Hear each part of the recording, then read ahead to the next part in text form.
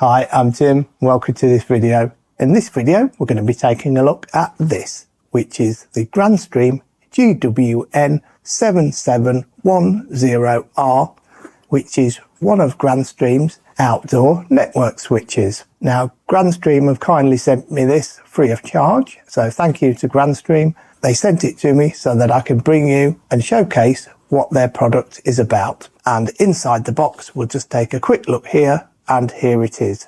As you can see, it will be mounted against the wall, and we have inlets there for the Ethernet cables to go in, and it has various ports inside this cover here. And it also features an SFP port, and it can also be DC powered as well as power over Ethernet. So what we'll do is do an unboxing now. We'll take a look in detail and go through the specifications, and then in an upcoming video I'll show you me installing it on my wall of my house, and I'm going to be installing it in my back garden so that I can have access to such things as IP cameras and also wireless outdoor access points. So all these can be powered by this switch, of course, which also gives power output for PoE. So what we'll do is take a look and do an unboxing and specs right now. So we'll get to it. And here we are with the box.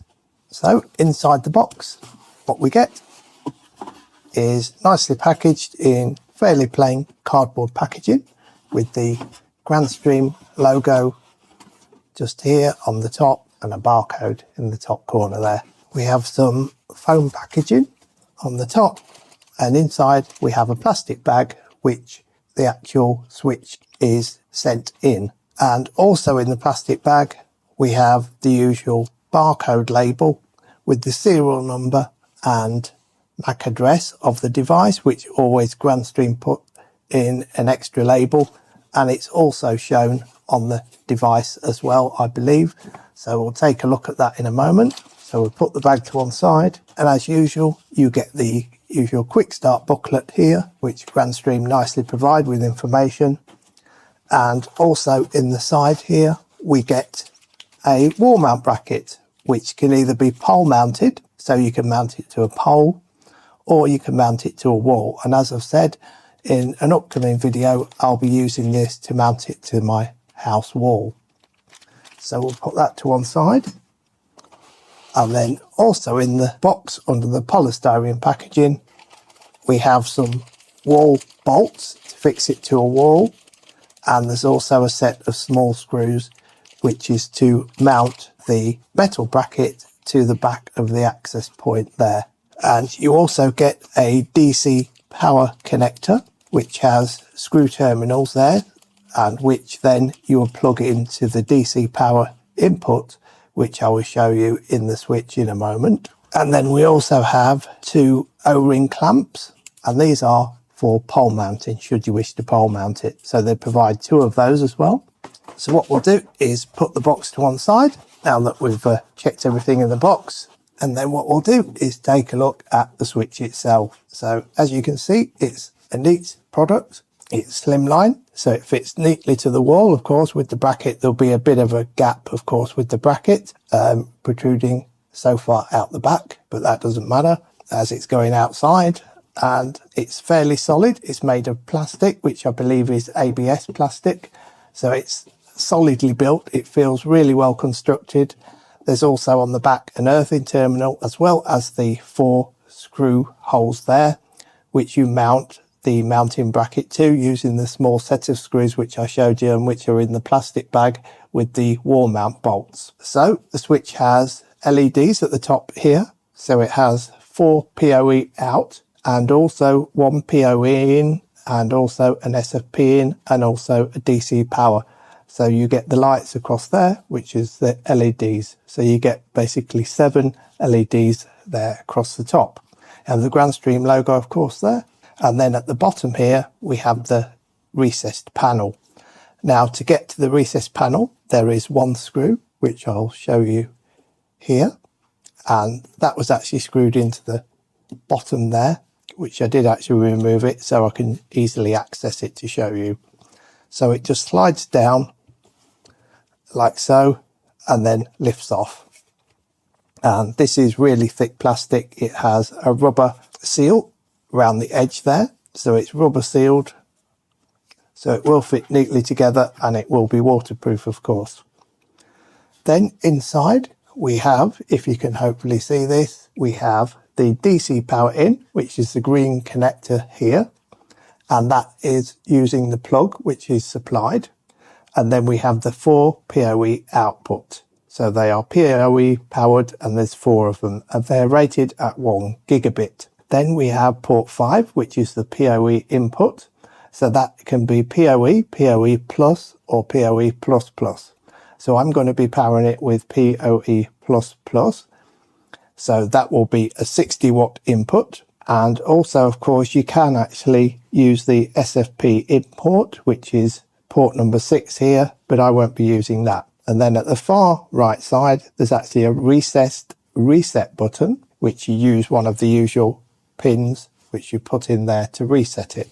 Then we have the usual label. So as I've said, they provide the serial number, MAC address and password. So the factory default password is always different for each device. However, the username will be admin. So it will be default username of admin, and then the password supplied either on this label here on the device or using the label that's supplied extra in the bag as well. Now the PoE out, these are rated at a maximum of 30 watts PoE, and just to confirm that the SFP port is rated at 2.5 gigabits. So although it's an SFP port, not SFP plus, it will actually work at 1 gigabits per second and also 2.5 gigabits per second. Now also we have some rubber grommets at the bottom, which you'll see here.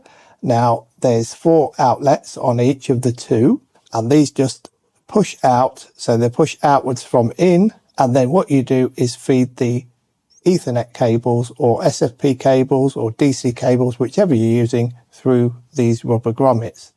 Now as you can see, these rubber grommets all have holes in them. So what I did, I purchased some little rubber bungs from the usual online store which sells everything, Amazon of course, and I purchased a small bag of selection of different sizes of rubber grommets so that I could seal the inlets. That way they're all sealed and waterproofed, and also protect from bugs getting inside, or insects, or whatever you like to call them. So I've just left 1 hole free there for the input. So what we'll do is push that rubber seal back in there and then take a look at the other side, and as you'll see, I've done the same with the rubber grommets there, or the rubber bungs, whichever you like to call them. Now I couldn't get grey ones, they are black, but you're not going to see them because they're inside. So this will be shown outside, and of course I've left 1 hole free. So what we'll do is just push that back into there, and it does seal tightly, so there is a nice waterproof seal on that. It's a shame that they didn't supply the rubber bungs with it so you could put them in the holes that you don't need, but that's easily done, as I've said, by going onto the Amazon store and then looking for these rubber bungs, which I found. And they were priced at about, I think, £5 or £6 here in the UK, and you get a bag of about 80 of them, all different sizes. So useful for other things to have as well. So onto the specs for this. There are, as I've said, 5 RJ45 1 gigabit ports. Now for the PoE, it supports IEEE 802.3 80 AF, or you can have it set to 24 volt or 48 volt DC passive PoE out. Now the maximum output is up to 60 watts on port 1 and up to 30 watts on port 2 to 4. That's if it's powered by DC power, of course, not if it's PoE powered. Now I'll explain the PoE limits in a moment for it being PoE powered. Now, as I've said, there is an SFP port, and it's for long distance transmissions, of course. So if you've got a really long run, you would use a fiber SFP cable. It supports DHCP snooping, and it's IP66 dustproof and waterproof. And the operating temperature for this is between -40 degrees C and +60 degrees C. Now there is a web GUI for this, so it is a managed switch, and it's a layer 2 Lite managed switch. It also has SDP and RSTP and also built-in QoS. Now for the power supply, it can either be powered by 12 to 57 volt DC input, that's using the DC input connector there, or it can be powered by PoE++, or PoE or PoE+. Now for the PoE in and out ports, if you're powering it by PoE++, it has a power over Ethernet total budget of 60 watts. Now if you're not powering it by PoE++, but say PoE+, then the PoE budget is 15 watts, or if you're powering it by just standard PoE, it will be a total output budget of 3 watts. However, as I've said, I'm going to be powering it with 802.3 BT, which is PoE++, so we'll have a 60 watt total PoE output budget. Now for the PoE out, it can have a maximum of 30 watts per port, so it outputs for PoE+. It's up to a maximum of 60 watts for the PoE budget. So for example, you could use port 1 and 2, and that would use up your total PoE budget. If you're outputting at, then it would have the total PoE budget. So just bear in mind the configuration for the power in and which power over Ethernet standard you're using, and also the power budget for PoE out. Make sure you work that out first before you go ahead and connect the devices. For the non-blocking throughput, it's 6 gigabits per second with a switching capability of 15 gigabits per second. The forwarding rate is 11.16 million packets per second, and for the MAC, it supports 8,000 MAC address capacity.